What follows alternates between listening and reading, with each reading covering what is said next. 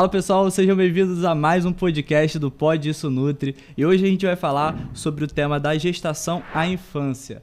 E aqui a gente chamou a Mariane, que é especialista em nutrição da concepção à adolescência, especialista em nutrição clínica funcional, com foco em atendimento em gestantes, bebês e crianças, e é coautora do livro Gestação, Puerpério e Maternidade. Obrigado por aceitar o convite, Mariane. Obrigada pelo convite, é um prazer estar aqui falando sobre esse assunto que é tão gostoso e também gera tantas dúvidas. É verdade. E me fala uma coisa, da onde que surgiu a sua vontade de atender o público materno-infantil? Da onde que veio? Logo quando eu me formei, eu comecei a atender um pouquinho de cada coisa, né? Comecei a atender... Logo quando a gente se forma, a gente abrange muito. E aí depois eu percebia que eu tinha que focar e que eu não me sentia completa atendendo todo mundo. Eu falei, eu preciso focar e eu sinto que falta alguma coisa. E na nutrição materno-infantil foi aí que eu me encontrei. Eu fiz uma mentoria que fez muita diferença. E aí foi aí que eu comecei realmente a atender. Comecei atendendo muitos bebês, que era uma coisa que eu tinha mais medo. Falava, gente, atender bebê deve ser muito difícil, eu tinha muito medo. E aí quando eu comecei a atender os bebês, eu me apaixonei.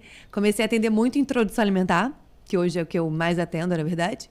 E aí depois, aí foram surgindo as gestantes, as crianças, mas o meu foco é muito assim, gestante, bebê, criança.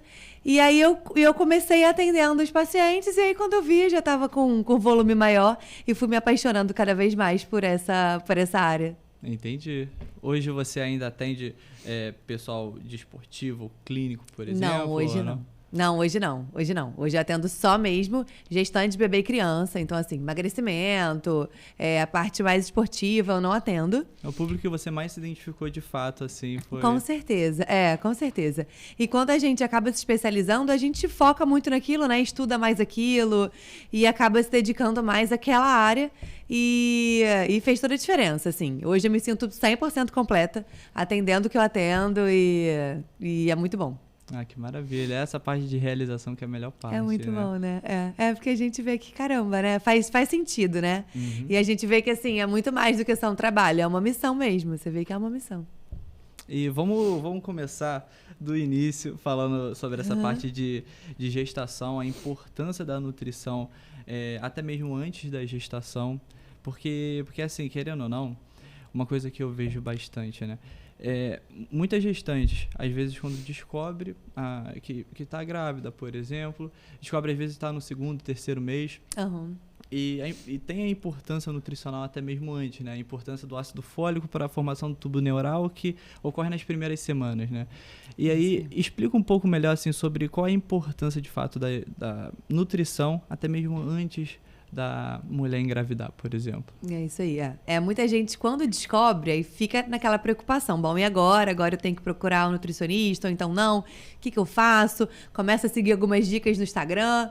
Mas essa alimentação antes da gestação, o ideal é que a gente comece a arrumar a casa antes, realmente, do casal, da mulher, pretender engravidar. Porque a gente começa realmente cuidando ali dessa fase inicial. A gente começa ajustando essa alimentação. Porque muitas mulheres no início da gestação, às vezes têm problemas de enjoo, podem ter problemas ali com relação a administrar essa alimentação, incluir alimentos novos. Se a gente já começa a incluir esses alimentos e essas combinações novas antes da gestação, a gente já pula algumas etapas importantes. Então, uma coisa é você chegar na gestação e já estar com algum problema e descobrir algum problema na gestação. Então, às vezes, algumas mulheres descobrem que estão com anemia na gestação. E muitas vezes essa anemia na gestação, ela aconteceu porque a gente não cuidou antes. Porque como estava essa alimentação antes? Como estava essa suplementação antes? Talvez se a gente tivesse ali já suplementado, já começado ali a cuidar dessa alimentação um pouco antes, a gente evitaria algum problema maior na fase gestacional. Então, muitos problemas a gente descobre ali, às vezes no primeiro trimestre, mas alguns só lá para o terceiro trimestre. Tem mulheres que apresentam o aumento na glicemia, apresentam diabetes gestacional. E aí, muitas vezes, porque desde o início estavam se alimentando mal, estavam ali com a quantidade ali inadequada, então com aquelas combinações erradas. E se a gente consegue começar ali desde a pré-concepção, a gente já trabalha não só a mulher também, mas o homem. Então, o casal já começa a se preparar para essa gestação. Porque o material genético vem dos dois. Sim. Então, o ideal é que o casal se prepare junto para isso. Porque muitas vezes a mulher está se alimentando super bem, está ali focada, mas o homem ainda come super errado. E então, o ideal é que os dois venham na consulta e que a gente consiga fazer esse ajuste ali na alimentação dos dois. Do casal que está se preparando para a gestação. E a gente consegue fazer com que essa gestação seja uma gestação mais saudável, sem riscos. Os riscos podem existir mesmo a gente se cuidando? Sim, mas a gente consegue diminuir esses riscos. E aí não só na gestação, mas também durante toda a vida. Porque depois vai vir o pós-parto, vai vir a amamentação, depois uma introdução alimentar. Então, se esses pais já comem bem desde a gestação, se eles já estão comendo bem ali antes, a gente consegue evitar também com que essa introdução alimentar seja um problema muito grande, porque a família não come bem. Então, a gente já consegue evitar muitos problemas se a gente já trabalha essa pré-concepção. De fato, porque, querendo ou não, às vezes, essa melhora da qualidade alimentar só vai acontecer depois, né? Se os pais eles não se preocuparem com isso. E você tocou num ponto bem interessante. Até mesmo a nutrição do homem é importante antes da gestação, por exemplo. O ideal é que seja assim, uns 3 meses antes. O ideal é que esse casal procure esse acompanhamento nutricional pelo menos 3 meses antes. Porque como o homem também é responsável por essa formação ali do bebê, então o ideal é que ele também esteja ali fazendo acompanhamento. Porque às vezes até alguns casos de infertilidade, a gente sempre pensa ali logo na mulher, mas não, muitos casos de infertilidade estão relacionados ao homem. Então às vezes esse espermatozoide ali está faltando algum nutriente, por isso não ocorre fecundação. Às vezes falta ali também um pouco mais de motilidade nesse espermatozoide, a fecundação não vai acontecer. Então, o ideal é que o casal já procure esse acompanhamento bem antes. Então, uns 3 meses é uma média boa. Se você consegue vir antes, é melhor ainda. Mas, em média, uns 3 meses antes é o ideal. O paciente, se ele tiver com alto percentual de gordura, isso já prejudica a qualidade do espermatozoide, né? Então, tudo isso acaba influenciando de certa forma, né? E como que você consegue lidar, Mariane, que, por exemplo, a paciente que você explica para ela sobre o ganho de peso, que tem que acontecer, só que aí ela pensa mais do lado estético do que na parte, por exemplo, da saúde do bebê, por exemplo. Como que costuma ser? Algumas pessoas têm muito essa preocupação mais estética até do que a parte nutricional, de fato, né? Então, às vezes, tem gente que já estava ali, tem mulheres que já estavam acima do peso, aí elas procuram acompanhamento nutricional, já estão grávidas, já estão na gestação. E aí pretendem ou pensam em perder peso, mas não é o momento para isso. A gente pode até, às vezes, fazendo algum ajuste de alimentação, perder algum peso ali, isso pode acontecer, mas não vai ser o nosso foco. O foco ali vai ser a parte toda nutricional. O peso, se essa mulher já engravidou acima do peso, o que a gente vai fazer é trabalhar ao longo desses trimestres para que ela ganhe menos até o final da gestação, para que ela não ganhe tanto. Mas continue ganhando do mesmo jeito. Mas continue ganhando. Se essa mulher ela já engravida ali acima do peso, ela vai ganhar menos ao longo da gestação. Se ela já engravidou mais acima do abaixo do peso ou com peso adequado, ela pode ganhar um pouco mais. Então a gente vai trabalhar para que ela ganhe menos até o fim. Mas o foco não é que ela perca peso, não, e que a gente consiga manter esse equilíbrio. Então o foco ali não é a questão estética. É claro, o estético é importante, as mulheres se preocupam muito com isso, mas o foco não é esse, o foco é a parte nutricional. Então, por isso que a gente não deve fazer nenhuma dieta restritiva, não deve tomar nenhum suplemento ali por conta própria, nenhum suplemento com ingredientes ali que não são adequados, então a base de cafeína, suplementos ali mais termogênicos. Não é o momento da gente fazer isso. Então, o que a gente vai fazer é cuidar dessa alimentação para que esse bebê possa ter tudo aquilo que ele precisa para se desenvolver bem, para que tenha um bom desenvolvimento cognitivo, para que ele consiga se desenvolver nascendo e que cresça saudável. Então, não é a fase da gente pensar na parte estética. A parte estética é importante, sim, mas a base ali, o mais importante, vai ser toda a parte nutricional mesmo. Até porque depois, após o parto, vai ter a perda também gradativa do peso também, né? É isso aí. E as mulheres que amamentam também perdem muito peso, né? Logo depois do parto. Então, se essa mulher amamenta, ela vai perder peso e às vezes muito rápido, ainda no pós-parto. Então, esse peso, ela vai perder esse peso. Ainda mais seguindo ali um planejamento adequado, se alimentando bem, ela vai perder esse peso. Mas a gente vai ter que fazer esses ajustes importantes. Então, no pós-parto, dá pra gente, às vezes, incluir alguns alimentos que na gestação talvez a gente não consiga incluir. Dá. Mas o foco também não é incluir suplementos termogênicos, nada disso. Então, o pós-parto vai ser uma fase que essa mulher ela vai perder peso já naturalmente. Mas junto com uma alimentação adequada, pensando nessa nutrição também do bebê. Porque tudo que essa mãe consome também vai passar para o bebê através do leite materno. Então, essa alimentação também nessa fase é uma das mais importantes. E até mesmo a suplementação. E questão de fatores emocionais também, né? A parte do estresse que vai passar pro bebê. Então, tudo isso acaba sendo importante, né? Demais. É isso aí. Porque a questão mesmo da ansiedade ali, do estresse, às vezes até atrapalha a produção do leite. Então, se essa mulher ela tá muito estressada, se ela tá muito ali sobrecarregada, por isso que uma rede de apoio é tão importante. Então, é muito importante que tenha ali pessoas para ajudar, pessoas ali próximas, para poder ajudar no que for preciso, para que ela possa estar focada no bebê. Então, o foco dela ali vai ser a amamentação, vai ser o bebê. Então, é importante que outras pessoas estejam ali dando conta do que ela não vai conseguir dar nesse momento, porque o foco dela é o bebê. Até mesmo as visitas que chegam, né, para ver o bebê. O ideal é que deem também uma assistência para essa mãe. Às vezes a visita chega, a mãe fica preocupada ali, se vai fazer um café, se vai fazer um bolo, o que ela vai oferecer para essa visita, mas não é o mais importante. O mais importante é que essa mãe esteja ali dando a atenção necessária para o bebê. Então, a visita, se ela puder ajudar, se ela puder lavar uma louça, é a melhor coisa que tem para ela poder estar ali junto com o bebê e oferecendo tudo que ele precisa. Nessa fase, nesse momento, ela conseguir descansar quando ela conseguir e amamentar. E se alimentar bem, e tá bem nutrida ali para que o bebê possa ter tudo o que ele precisa. Isso é verdade. Tem uma paciente que eu atendo que ela acabou de ter um bebê e a gente já remarcou acho que umas 3, 4 vezes, porque aí ela foi falar, esse horário vai ser bom, a gente faz uma consulta online, vai ser bom, porque aí o bebê vai estar dormindo. Aí, Eduardo, agora ele tá acordando esse horário. E aí, querendo ou não, como ela acaba dando essa atenção integral nesses dias de semana, e aí, querendo ou não, essa parte de rede de apoio ajuda bastante, faz uma diferença e tanto, né? Demais, faz sim. E essa parte até mesmo de perda de peso, às vezes as pessoas só ficam pensando assim, eu não posso ganhar muito peso.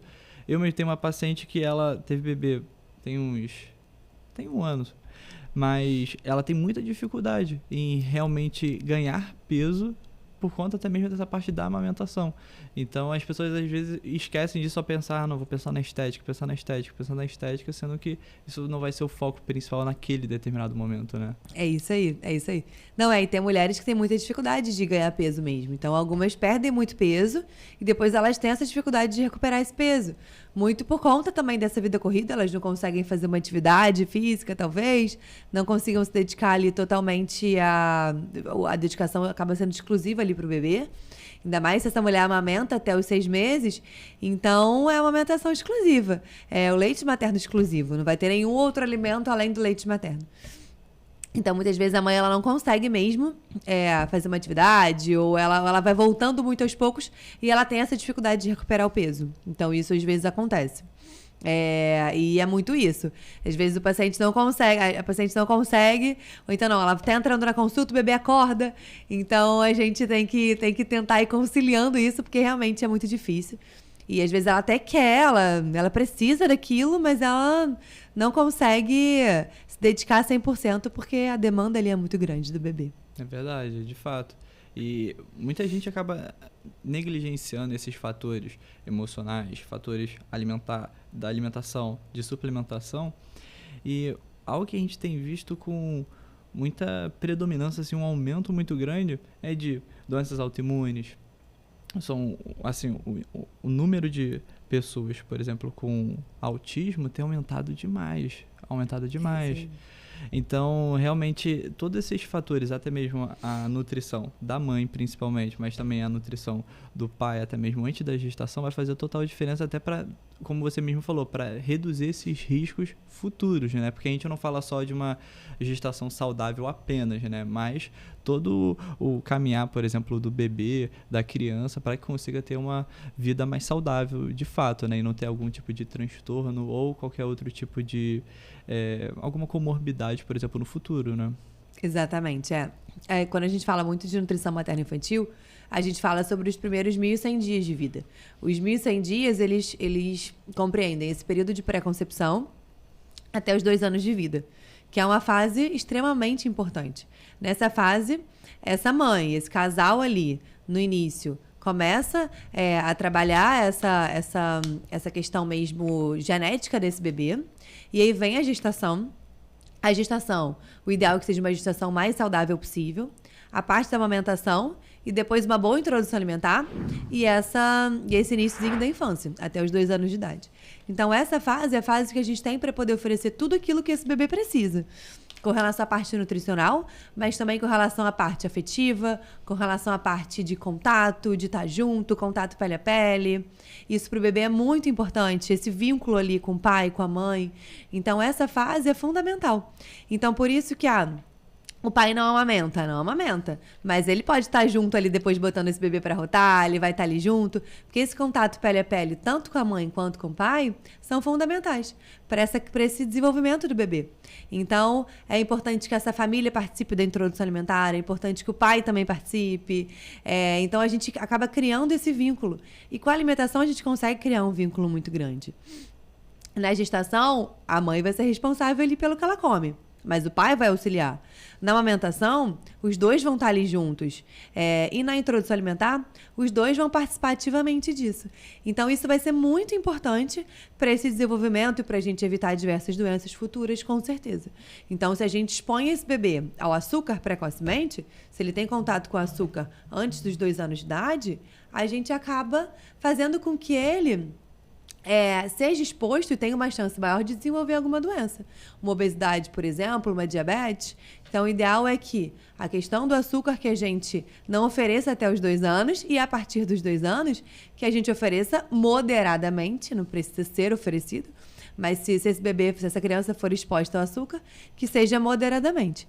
Então, o ideal é que essa criança tenha o contato com os alimentos mais saudáveis possíveis até os 2 anos, porque é aquela fase inicial da alimentação mesmo. E tem muitos pais, por exemplo, que já tem querendo ou não, uma má qualidade alimentar e não veem tanto como uma má qualidade. Então, às vezes, olha assim e fala, pô, vou ficar também sem dar uma Coca-Cola pro meu filho, vou ficar sem dar isso daqui, o meu filho, pô, assim não é viver. Sendo que o pessoal associa isso como se a criança já nascesse, não, eu quero esse alimento que nunca nem sequer experimentou, né? E conta um pouco como que é a sua experiência com relação a isso, por exemplo, quando os pais, querendo ou não têm uma alimentação adequada, mas querem, por exemplo, que o filho se alimente saudável, assim, qual que é a importância, por exemplo, do ambiente que você vê nesses cenários? É fundamental, é muito importante, porque é o que eu sempre falo, assim, muitas vezes as crianças, elas não comem bem, elas têm uma dificuldade ali de comer algum alimento, ou têm uma dificuldade de se alimentar bem, mas muito porque o ambiente que ela está ali não é um ambiente propício para ela se alimentar bem.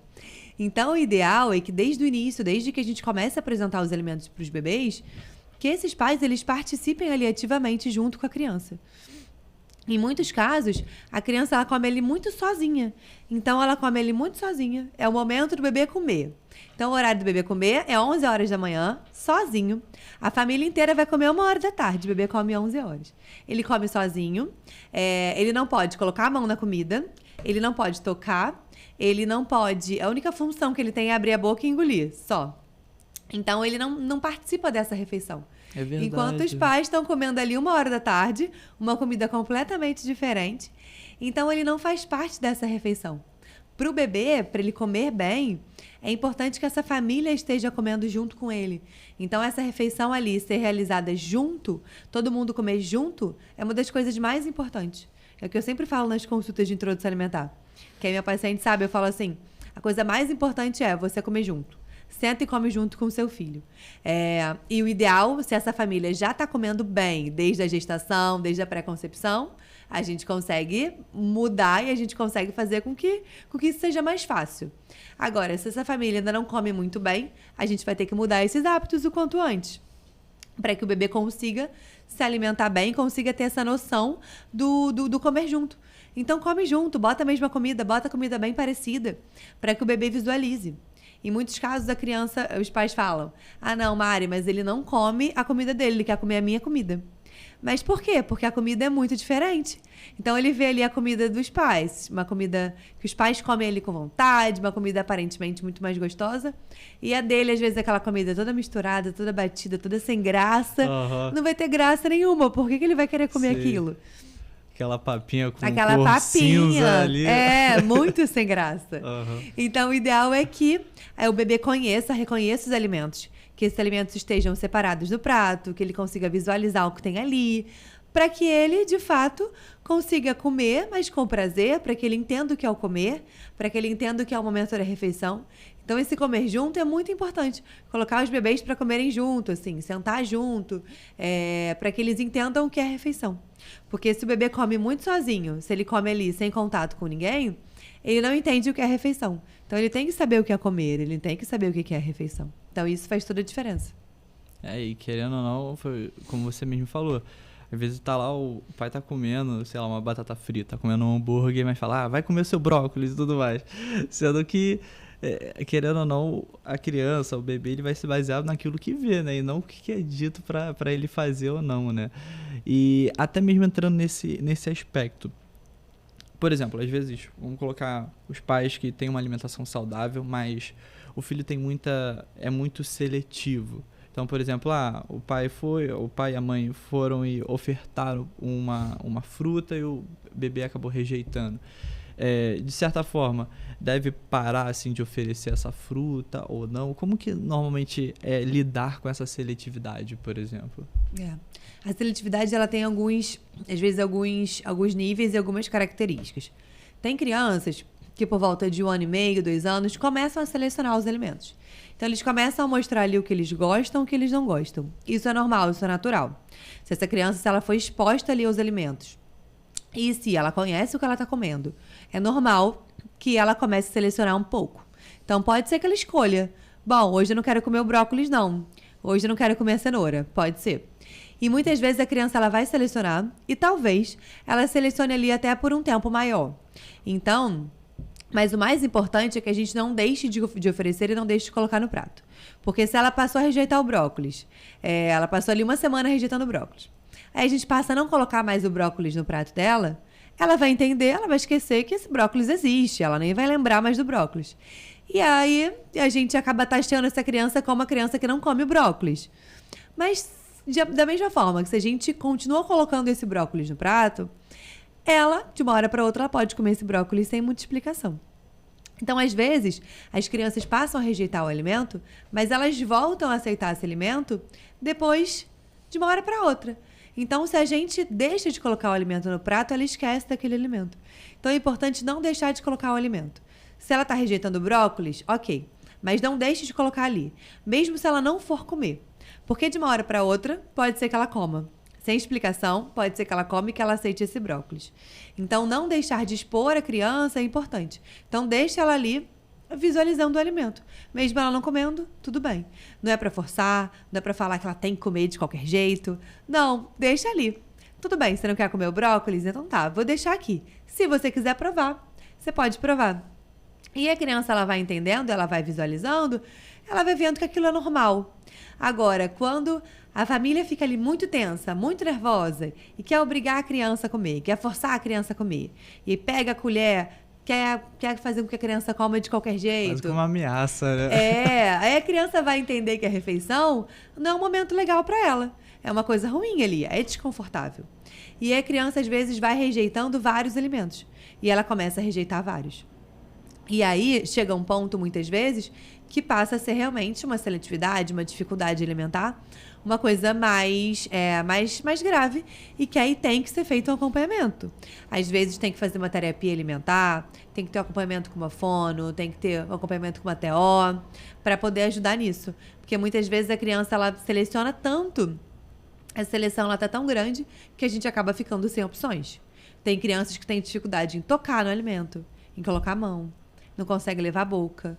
Então tem crianças que rejeitam. Isso por conta desse normal. Histórico. Isso aí. Que a introdução alimentar foi feita de forma incorreta. Isso aí. Muitas vezes por conta da introdução. Muitas vezes porque lá na introdução, lá no início, esse bebê era forçado a comer. Ele não queria comer, mas alguém queria abrir a boca dele para oferecer essa comida de qualquer jeito. Então a introdução alimentar, esses 6 meses a 1 ano, a introdução alimentar ela não termina com 1 ano, de fato, assim, ela não precisa terminar com 1 ano. Mas de 6 meses a 1 ano, eu diria que é a fase mais importante ali da alimentação da criança. Porque ela vai começar a ter o contato e como a gente oferece esse alimento, fez toda a diferença.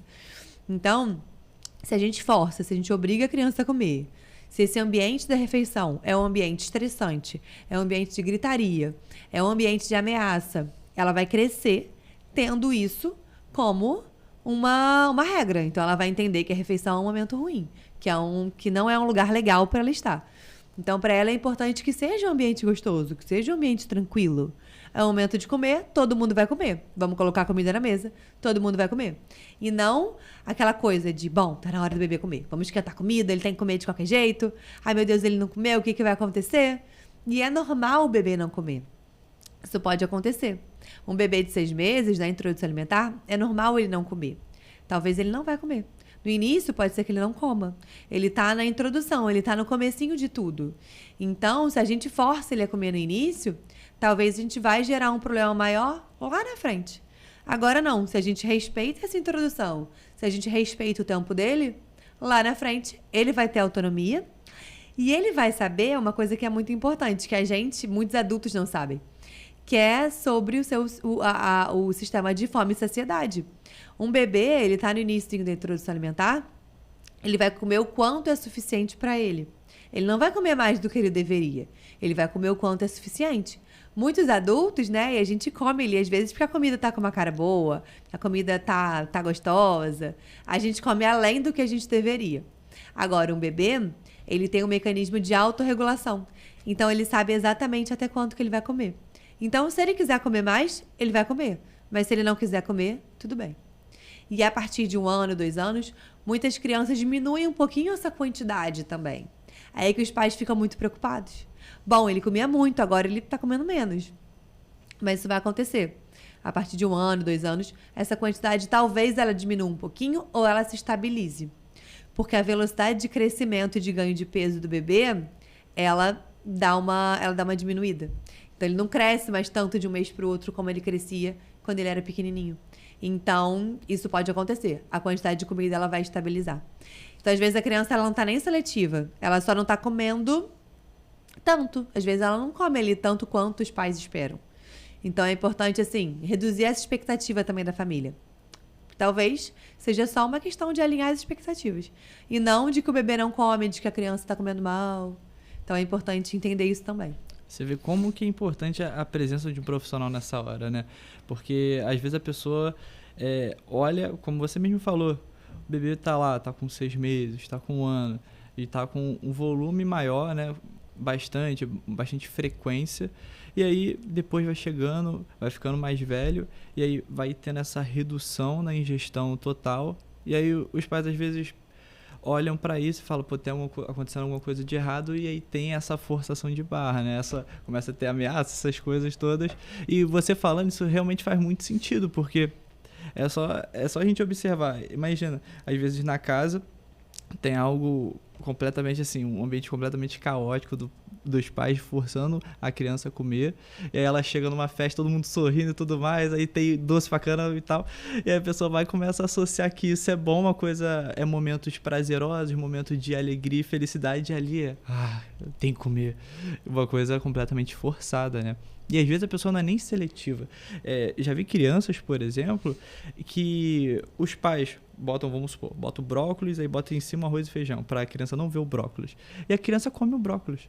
Só que ela, por conta até mesmo disso, né, desse histórico, ela viu aquela vez, não quis mais comer, às vezes os pais foram lá e forçaram, e ela criou essa aversão para ver só de ver aquele alimento, né, ver aquele brócolis.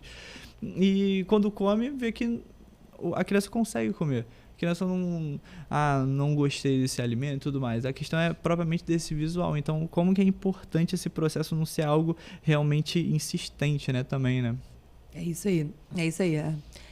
Porque às vezes a família ela já tem aquele preconceito ali, né? Às vezes os pais não comem. Então, às vezes o pai não come, a mãe não come, e eles não colocam esse alimento para a criança. Então, é muito comum, às vezes a mãe não gosta de banana, ela vai oferecer menos a banana. Isso às vezes acontece. Mas é importante, assim, a gente não passar essa dificuldade que a gente tem também para a criança. Então, muitos adultos não comem verduras, muitos adultos não comem legumes, não comem frutas. Então, se esses adultos não comem, talvez eles vão oferecer menos para os filhos. Então, o ideal é que a gente ofereça. Mesmo não gostando, mesmo, eu não gosto muito de caqui. Beleza, mas eu vou colocar para o meu filho mesmo não gostando muito. Então, é importante colocar, e é importante a criança ter esse contato, mesmo às vezes os pais não comendo, e é por isso que os pais têm que mudar também um pouco esses hábitos. A introdução alimentar acaba sendo uma excelente oportunidade para a família inteira comer melhor, porque o que mais os pais querem, o que mais deixa os pais preocupados é não ver ver um filho não comendo. Então, o que os pais mais falam, bom, meu filho não está comendo, eu fico muito preocupada. Ver uma criança não comer, para os pais é a pior coisa que tem. Então, por isso que, assim, que se a gente começa, se esses pais começam a comer bem já desde o início, se eles comem bem ali junto com a criança, a chance dela comer bem é muito maior. Então, muitas vezes a criança ela não vai comer bem porque ela visualiza ali, porque ela vê a família que não come bem. A questão da festa é bem interessante, porque se ele está numa festa, se o ambiente ali é divertido, se é legal, e se tem doce em volta, se tem um monte de coisa gostosa ali em volta, ele vai associar que, bom, a festa é legal, tem doce, tá todo mundo feliz. E na minha casa, quando eu como uma comida, tá todo mundo estressado, eu sou obrigada a comer. Então, ele acaba associando essas coisas. Então, é importante mesmo, assim, essa mudança de mentalidade da família toda, também dos avós. As avós, às vezes, né, as avós, elas incentivam muito ali. As avós falam, mas por que não vai dar um docinho? Por que não vai dar um pirulito? Por que não vai dar um doce? Porque isso é muito cultural também, né? Às vezes o doce ali, o chocolate... Eu não vou ser a tia chata, eu não vou ser a avó chata, né? Não, e o doce, ele tem aquela coisa daquela memória ali afetiva também. Então, as avós, muitas vezes, elas querem oferecer o doce ali, elas querem oferecer alguma coisa gostosa para comer, mas para trazer aquela memória afetiva ali, bom, é uma forma de carinho. Então, é uma questão de mudança, um pouco de mentalidade, de mostrar que dá para ela oferecer esse carinho de outras formas, sem ser com doce. E é claro, quando essa criança completar 1 ano, ela vai poder comer esse doce de vez em quando, esporadicamente, vai. Mas o ideal é que não seja com uma frequência. É que não seja ali algo... o lanche da escola, por exemplo, todo dia levar um doce. Sim. Não é legal, porque é uma rotina. Então, uma coisa é esse doce entrar ali numa festa. Entrar ali numa festinha, numa comemoração, ok. Agora, se esse doce ele tá ali todo dia no lanche da escola, ele é um hábito, ele não é uma exceção. Então, doce para criança, ele tem que ser visto não como algo ali para que ela não pode, não como algo ali, não, isso é proibido, não pode. Não. Ela vai saber que o doce existe, que os pais às vezes vão comer um doce, que o doce faz parte de um social, você vai no restaurante, você come uma sobremesa. Isso faz parte do social, faz parte da vida. Então ela vai entender que aquilo é algo social, que é aquilo que ela pode comer de vez em quando. Mas não uma regra para ela comer todo dia ali aquele doce levando para a escola ou todos os dias comendo um doce de sobremesa. Não, aí já não é legal. Então o ideal é que a gente consiga também passar para a criança que o doce também não é algo ali proibitivo, não é algo horrível, que não pode de jeito nenhum, mas que também é algo que não vai fazer parte do dia a dia dela. Até porque gerando esse mau costume, né?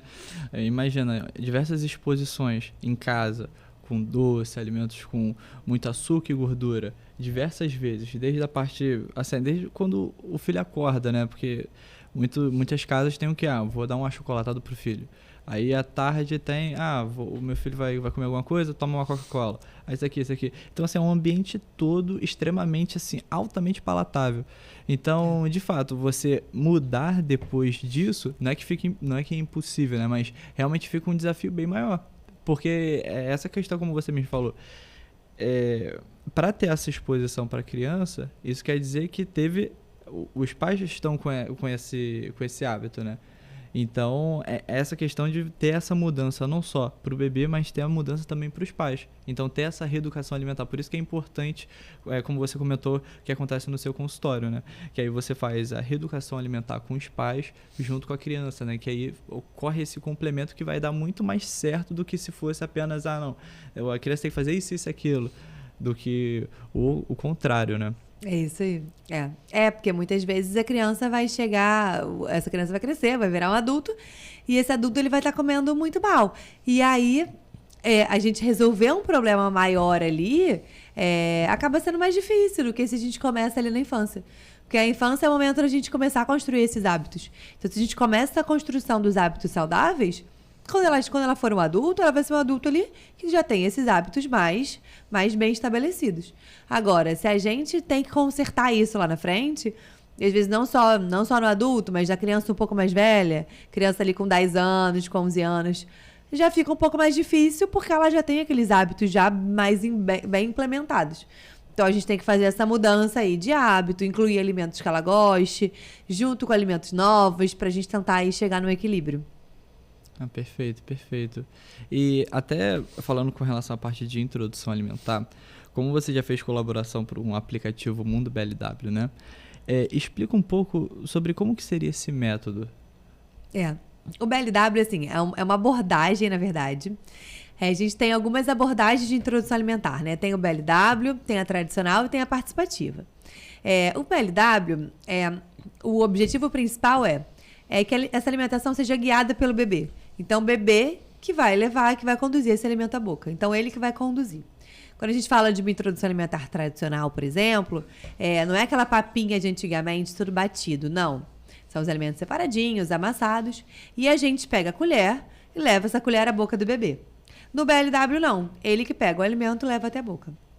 Então, por isso que é uma introdução muito respeitosa. Todas as introduções devem ser respeitosas, mas no BLW a gente vai acompanhar e vai seguir esse ritmo do bebê. Então, ele que vai conduzir. Vai ser ele vai ter essa autonomia. Ele que vai pegar o alimento e vai colocar a boca. Então, a gente vai colocar os alimentos ali expostos. Por exemplo, na hora do café da manhã, vamos colocar a fruta ali. A gente coloca a fruta ali na mesinha. Então, ele vai pegar a fruta e vai levar até a boca. Ele vai levar até a boca, ele vai levar no cabelo, vai jogar no chão às vezes. Tudo isso é normal. E ele vai conduzir essa introdução. Aos pouquinhos, conforme ele vai crescendo, conforme ele vai amadurecendo, a gente vai conseguindo diminuir também um pouco os tamanhos. No início, quanto menor o bebê, maior vai ser o tamanho do alimento para que ele consiga segurar, para que ele consiga levar à boca. Então, o bebê de 6 meses, ele não consegue pegar ainda um objeto muito pequeno. Ele não consegue pegar ainda uma ervilha, por exemplo, porque ele não tem um movimento de pinça. Ele só começa a ter esse movimento de pinça a partir dos 9 meses. Então, por isso que nesse início, o bebê ele pega o alimento com a mão cheia. Então, a gente tem que oferecer alimentos maiores para que ele consiga levar até a boca. Às vezes até para não ter risco de engasgar alguma coisa assim. É isso aí. O risco de engasgo ele vai acontecer assim, se esse alimento ele for oferecido no tamanho inadequado. Então, muitas vezes as famílias têm medo, né, de oferecer os alimentos inteiros por conta do risco do engasgo. Mas se a gente oferece os alimentos nos cortes corretos, os alimentos maiores, para facilitar essa autonomia, para que o bebê consiga levar o alimento à boca, não vai ter problema nenhum. O risco vai ser se o alimento vai ser oferecido da forma correta. Então, se a gente coloca ali o alimento duro, se a gente coloca o alimento muito pequenininho, tem risco de engasgar. A gente vai evoluindo esses tamanhos de acordo com o desenvolvimento do bebê. Então, o BLW ele vai estimular essa autonomia. O bebê que vai conduzir essa introdução. Ele que vai levar o alimento à boca. Então, é bem interessante, assim, muitas famílias gostam, muitas famílias se adaptam, mas é o que eu sempre falo. Quem vai escolher o método de introdução alimentar vai ser o bebê. Não vai ser eu, não vai ser a família, não vai ser ninguém, vai ser o bebê. O bebê que escolhe. A gente vai sentir o que ele melhor se adapta. Se ele preferir pegar os alimentos e levar à boca, ótimo. Se ele preferir pegar os alimentos e comer na colherzinha, ok também. Então, e também tem a participativa, que é quando a gente consegue fazer o mix das duas, né? Alguns alimentos mais inteiros e outros mais amassados. Então, a gente vai ver aí qual que o bebê se adapta melhor. E não é a família que decide, quem escolhe é o bebê. Então, a gente vai sentindo que ele melhor se adapta e aí sim, a gente vai conduzindo essa introdução da melhor forma.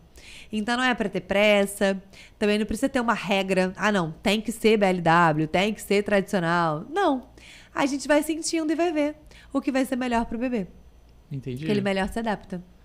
E até mesmo com relação a isso, então assim, até essa oferta, por exemplo, de papinhas, você acha que não é interessante, por exemplo, fazer toda essa mistura, porque aí o bebê ele não vai ter essa distinção do qual alimento está sendo ofertado, né? Porque aí vai estar tudo misturado e aí não vai ter como discernir isso. Seria mais ou menos isso? Que também isso aí. Ideia. É isso aí. A introdução alimentar tradicional são os alimentos amassados com garfos separados. Não é aquele alimento batido, misturado, não. Vão ser os alimentos amassados e separados para que o bebê consiga visualizar. Então, a gente vai oferecer os alimentos ali amassadinhos e a gente vai colocar na boquinha dele com a colher, mas sempre assim, respeitando também a saciedade dele. Então, se ele demonstrar que ele não quer mais, ok. E assim, e fazendo com que ele visualize. Ele tem que visualizar o que ele está comendo. Então, não é para colocar separado e na hora mistura tudo. Não. Deixa separado. Vai oferecendo separado. Ou então oferece 2 de uma vez. Tudo bem. Mas para que ele vá visualizando e para que ele vá sabendo o que ele está comendo. E aí, ao longo do tempo, a gente vai amassando um pouco menos até a gente chegar nas consistências. Então, a gente vai evoluindo e vai chegando na consistência ali que a gente consome, que a gente come normalmente. Então, a gente vai evoluindo essas consistências naturalmente. Então, no início, se for no método tradicional, vão ser os alimentos amassados. Então, não é misturado, não é batido, não é liquidificado, peneirado, nada disso. Isso antigamente era oferecido assim, completamente errado. O certo são os alimentos realmente na consistência ali, amassadinha, para que o bebê comece a mastigação e separado para que ele visualize. Perfeito, perfeito. E Mariane, até para a gente finalizar, deixa um recado para o pessoal que está nos assistindo sobre algo que, assim, que vai fazer sentido com relação ao tema que a gente falou. Deixa um recado final.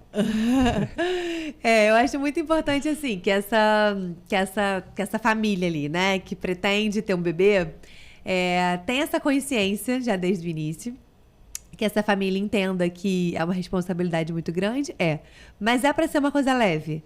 A alimentação é para ser uma coisa leve e é para ser algo natural. Então, esse casal que planeja engravidar, o ideal é que ele já comece a se alimentar bem, para que ele comece a conduzir essa gestação também da melhor forma possível. Então, quando a mulher engravidar, ela já vai estar ali tomando os suplementos que ela deve tomar, se alimentando bem, fazendo atividade física, já vai estar ali com tudo certinho, para que seja uma gestação tranquila e saudável. E depois, quando a gente for começar uma introdução alimentar, que seja uma introdução alimentar prazerosa para todo mundo. Que não seja aquela coisa, o bebê tem que comer, aquela coisa cheia de regras. Não, é para ser gostoso, é para ser prazeroso para todo mundo, é para o bebê se divertir, é para a família comer bem, é para a família se divertir também. E aí a gente vai evoluir e vai crescer para que esse bebê se desenvolva da melhor forma possível. Então, o ideal é que essa alimentação, né, nesses primeiros 1.100 dias de vida, essa alimentação que é tão importante, que é tão necessária, que cada vez mais as pessoas têm consciência disso. Isso é muito legal. As famílias, elas vêm se conscientizando disso. Então, que a gente cuide disso para que seja realmente assim, uma refeição, que as refeições sejam um ambiente gostoso, prazeroso, de tranquilidade, e para que as crianças consigam crescer e se desenvolver bem, saudável, comendo tudo que ela deve comer, mas também ali com a presença dos pais, junto com a família, e para que a refeição traga memórias positivas para esse bebê e durante toda a vida, para que ele cresça ali com memórias positivas com relação à comida. Maravilha, Mariane. Olha, adorei o papo com você. De verdade, foi engrandecedor. E você vai deixar o seu... A gente vai deixar o seu Instagram também ali. Qual é o seu Instagram? O meu é Mari Nutri Infantil. Ah, perfeito. Fácil também de encontrar.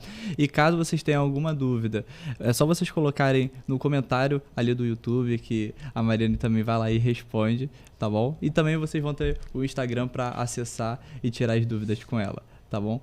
Pessoal, adorei esse papo, com certeza deu para esclarecer muitas dúvidas que o pessoal costuma ter, muitos mitos de fato, né? E a gente se vê no próximo episódio. Ó, um grande beijo para vocês e até mais.